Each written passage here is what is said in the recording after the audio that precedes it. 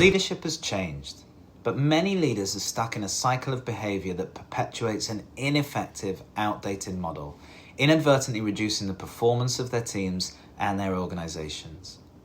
Our expectations of those who lead us has shifted as the world has changed, and with millennials and members of Gen Z now making up 55% of the workforce, ignoring this shift is no longer an option. Ineffective leadership results in misalignment, disengagement, underperformance, and a distinct lack of discretionary effort. In turn, those issues cause a lack of creativity and innovation, delays, missed milestones, awkward conversations with your board and investors, and increased difficulty in fundraising. Ultimately, failure awaits most biotech companies, and with it, frustration, disappointment, and the unfulfilled promise of your research.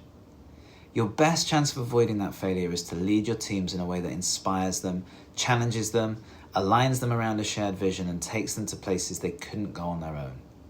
But unless you're aware of what the old model of leadership is, you won't know what needs to change. Knowing where we've come from allows us to understand where we are, and there are 8 fundamental traits that, if you possess them, may indicate that it's time for a change. The first is authority and command. In the old model, leaders were expected to project authority, decisiveness, and control over their organizations or nations. The leader's role was to command, and power was centralized at the top.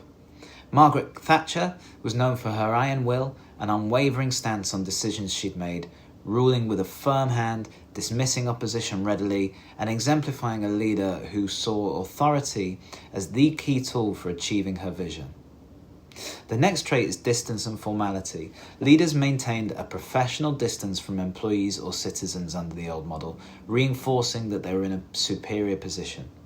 Henry Ford, for example, brought the world many innovations, but he did it by employing a rigid hierarchy.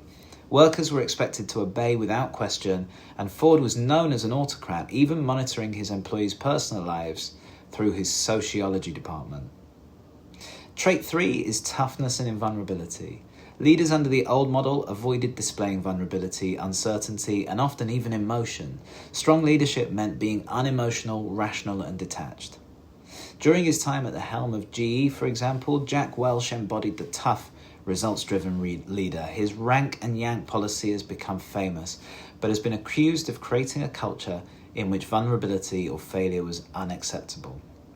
This is often tied to trait 4, which is profit and growth above all. Financial success and market dominance were the only indicators of success. Social responsibility, employee well-being, and ethics were words that were seldom heard in boardrooms and cabinet offices. Jeffrey Skilling, the CEO of Enron, was so focused on aggressive growth and financial results that he drove his company to massive corporate fraud. The pursuit of profit at all costs led to disaster when Enron collapsed in one of the biggest corporate scandals in history. Under the old model, we often also saw top-down decision-making. Leaders were expected to have all the answers, make decisions independently, and dictate strategy with very little input from subordinates. The early career of Steve Jobs was marked by an authoritarian approach in which everyone else was either a genius or a bozo. He made unilateral decisions, often in the face of strong dissent, demanded perfection, and co-opted the ideas of others as his own. Now, it's worth noting that Jobs' approach evolved over time, but he still retained elements of his style throughout his career. There was also an emphasis on productivity over well-being. Companies and other organizations had not much regard for mental health, work-life balance, or well-being, and expected employees to prioritize their work above everything else. And while that's still part of today's startup culture, most old model companies displayed this trait and made it commonplace.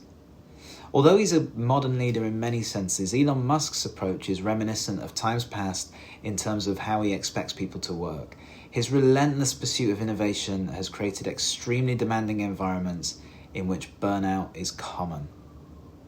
Another key trait of the old model was stability and control, and this was a hangover from the great man fallacy of early leadership models.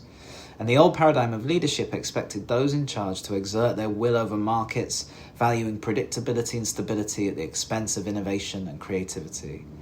Famously, the board of Kodak dismissed digital photography even though it was invented in-house. By resisting this change in favour of their existing business model, which relied on the sale of film, they caused the ultimate decline of a once great company. And then there's insular thinking. Under the old model, leaders prioritised their own nations, companies and stakeholders over broader global or societal responsibilities. Internal interests came above every other consideration. Heads of state like Charles de Gaulle often put up strong resistance to global alliances like NATO, prioritising French sovereignty instead. Now, old model leadership drove many successes in things like industrialising the world, creating global corporations, and shaping history, but as societies changed, it's no longer effective as it once was in driving real impact. If you recognise yourself in these traits, then you may want to consider the impact of the way you're leading. Elements of old model leadership can still drive performance if blended well with an evolved approach, so wholesale change isn't necessarily the answer, but the best leaders are always developing. Are you?